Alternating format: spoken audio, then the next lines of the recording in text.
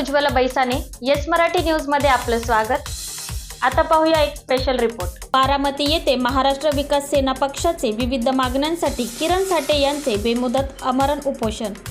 माझ्या जीवितास काही बरे वाईट झाल्यास मुख्यमंत्री एकनाथ शिंदे, उपमुख्यमंत्री देवेंद्र फडणवीस तसेच उपमुख्यमंत्री अजित पवार हे जबाबदार असतील, असे किरण साठे यांनी म्हटले आहे। 27 जूनपासून उपमुख्यमंत्री अजित पवार यांच्या बारामती येथील प्रांत कार्यालयासमोर महाराष्ट्र विकास सेना पक्षाचे पक्षप्रमुख किरण साठे यांच्या नेतृत्वाखाली महात्मा फुले, सावित्रीबाई फुले, छत्रपती शाहू महाराज, साहित्यरत्न अण्णाभाऊ साठे, अहिल्यादेवी होळकर यांना मरणोत्तर भारतरत्न पुरस्कार देण्यात यावा, यासाठी येणाऱ्या पावसाळी अधिवेशनात ठराव मंजूर करण्यात यावा। तसेच राजश्री शाहू महाराज परदेशी शिष्यवृत्ती योजनेमधील जाचक अटी रद्द करण्यात याव्यात।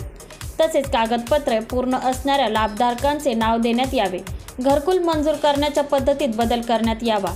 अनुसूचित जातीतील आर्थिक दुर्बल घटकातील विद्यार्थ्यांना व्यावसायिक उच्च शिक्षणाच्या पूर्वतयारीसाठी 2 लाख रुपयांचे अनुदान देण्याची योजना तत्काळ सुरू करण्यात यावी।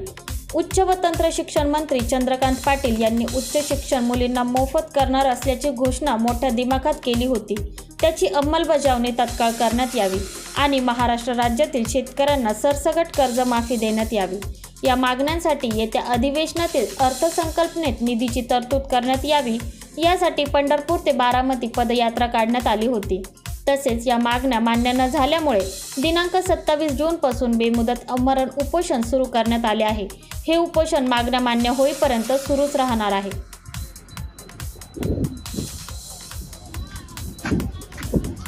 नमस्ते। आज आपण बारामती येथील प्रांत कार्यालयासमोर बेमुदत उपोषण सुरू केलेलं आहे। 24 तारखेपासून आपण पंढरपूर ते बारामती पदयात्रा सुरू केली होती। त्यामध्ये आपण एकूण 7 मागण्या केल्या होत्या आणि या 7 मागण्याच्या अनुषंगाने आपण पंढरपूरपासून बारामतीपर्यंत पदयात्रा काढली। त्याची सांगता करून आज आपण पंढरपूर ते बारामती पदयात्रेची सुरुवात करीत असताना सुद्धा ज्या राज्यकर्त्यांना आपण निवेदन दिलं होतं, अजितदादा पवार यांच्या पत्नी सुनेत्र पवार यांच्या हातामध्ये आपण निवेदन दिलं होतं आणि आमच्या मागण्याच्या अनुषंगाने आपण सकारात्मक विचार करा असं त्यांना सांगितलं होतं। त्यांनी आम्हाला सांगितलं होतं की मी निश्चितपणे अजितदादांना या गोष्टी कानावरती घालण्याचे निवेदन देईन, परंतु 24 तारखेपासून आज 27 तारीख उघडली तरी कोणत्याही प्रकारचा त्यांनी या ठिकाणी सकारात्मक प्रतिसाद दिला नाही। त्याचा निषेध करण्यासाठी आज आपण 7 मागण्या घेऊन बारामतीतील प्रांत कार्यालयासमोर उपोषणाला बसलेलो आहे। आमच्या जीविताला जर कोणत्याही प्रकारची हानी पोचली तर या आमच्या जीविताला हानी पोचल्यानंतर त्याला सर्वोच्च जबाबदार राज्य सरकार असेल, महाराष्ट्र शासन असेल, त्याच पद्धतीनं मुख्यमंत्री एकनाथ शिंदे असतील, देवेंद्र फडणवीस असतील आणि विशेष करून ज्यांना आपण हे निवेदन पाठवलं ते अजितदादा पवार हे आमच्या जीविताला काय बरोबर झालं तर ते सर्वोच्च जबाबदार राहतील असा इशारा आपल्या माध्यमातून देतोय आणि आमच्या या मागण्याच्या उद्देशानं सकारात्मक पाऊल उचलून या अधिवेशनामध्ये सर्व गोष्टी मान्य कराव्यात अशी विनंती आपण या राज्य सरकारला या आपल्या माध्यमातून करतोय। धन्यवाद।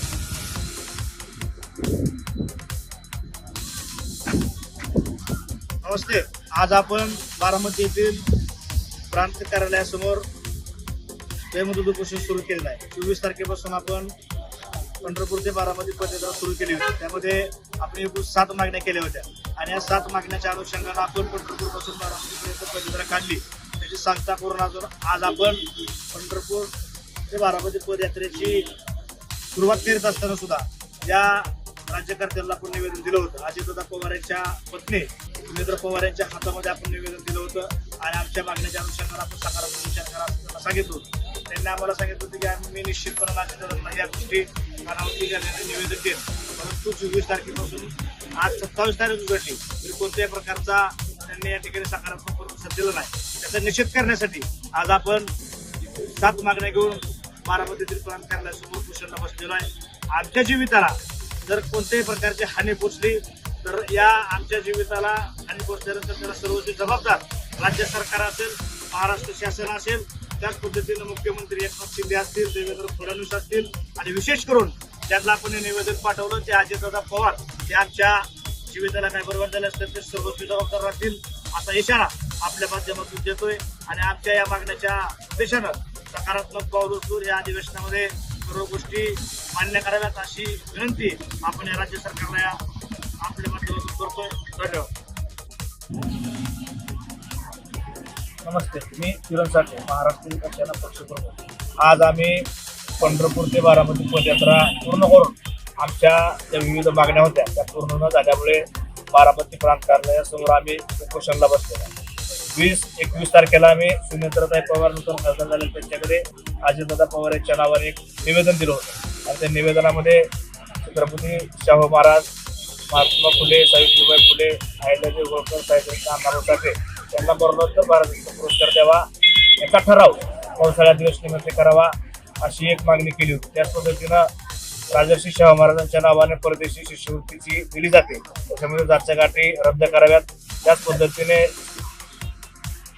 अनुसूचित जाती दुर्बल घटकातील विद्यार्थ्यांना उच्च शिक्षण आणि प्रशिक्षणासाठी 2 लाख रुपयाची अनुदान दिले जाईल अशी घोषणा तत्कालीन सामाजिक न्याय मंत्री धनंजय मुंडे यांनी केली. त्याची अंमलबजावणी करावी ही एक मागणी घेऊन आम्ही आज उपोषणाला बसलो. त्याच पद्धतीनं शेतकऱ्यांना सरसकट कर्जमाफी देण्यात यावी आणि आरटीच्या घोषणा केली या संस्थेला पावसाळ्या अधिवेशनामध्ये निधीची तरतूद करावी. तसेच उच्च शिक्षण मंत्री चंद्रकांत पाटील यांनी 1 जूनपासून महाराष्ट्रातील सर्व मुलींना उच्च शिक्षण मोफत दिलं जाईल अशा प्रकारची घोषणा केली होती. या सर्व घोषणा हवेमध्ये गेल्यामुळे याची सर्व अंमलबजावणी करण्यात यावी या मागणीसाठी आम्ही अजितदादा पवार यांच्या घरासमोर बसणार होतो, परंतु त्यांची खासगी मालमत्ता असल्यामुळे आम्हाला प्रशासकीय यंत्रणेने सांगितले की तुम्हाला शासकीय कार्यालयासमोर बसावं लागेल. त्यामुळे आज आम्ही या प्रांत कार्यालयासमोर बसलेलो आहे. जोपर्यंत आमच्या मागण्या मान्य होत नाहीत तोपर्यंत आम्ही या ठिकाणी हे आमचं आमरण उपोषण चालूच ठेवणार आहे. हे गेंड्याचं कातडे पांघरलेलं सरकार सर्वसामान्य जनतेच्या प्रश्नाकडे जाणीवपूर्वक दुर्लक्ष करतंय. ज्याही घोषणा करतंय त्या घोषणाच फक्त राहत आहेत, त्याची अंमलबजावणी होत नाही. या सर्व गोष्टीचा निषेध करण्याच्या उद्देशानं आम्ही आज या ठिकाणी बेमुदत उपोषणाला बसतो. येस मराठीसाठी पुणे विभागीय संपादक संजय चांदगुडे. अशा प्रकारच्या ताज्या घडामोडींसाठी येस मराठी न्यूज यूट्यूब चॅनलला लाईक करा, शेअर करा आणि सबस्क्राईब करा आणि बघत रहा येस मराठी न्यूज.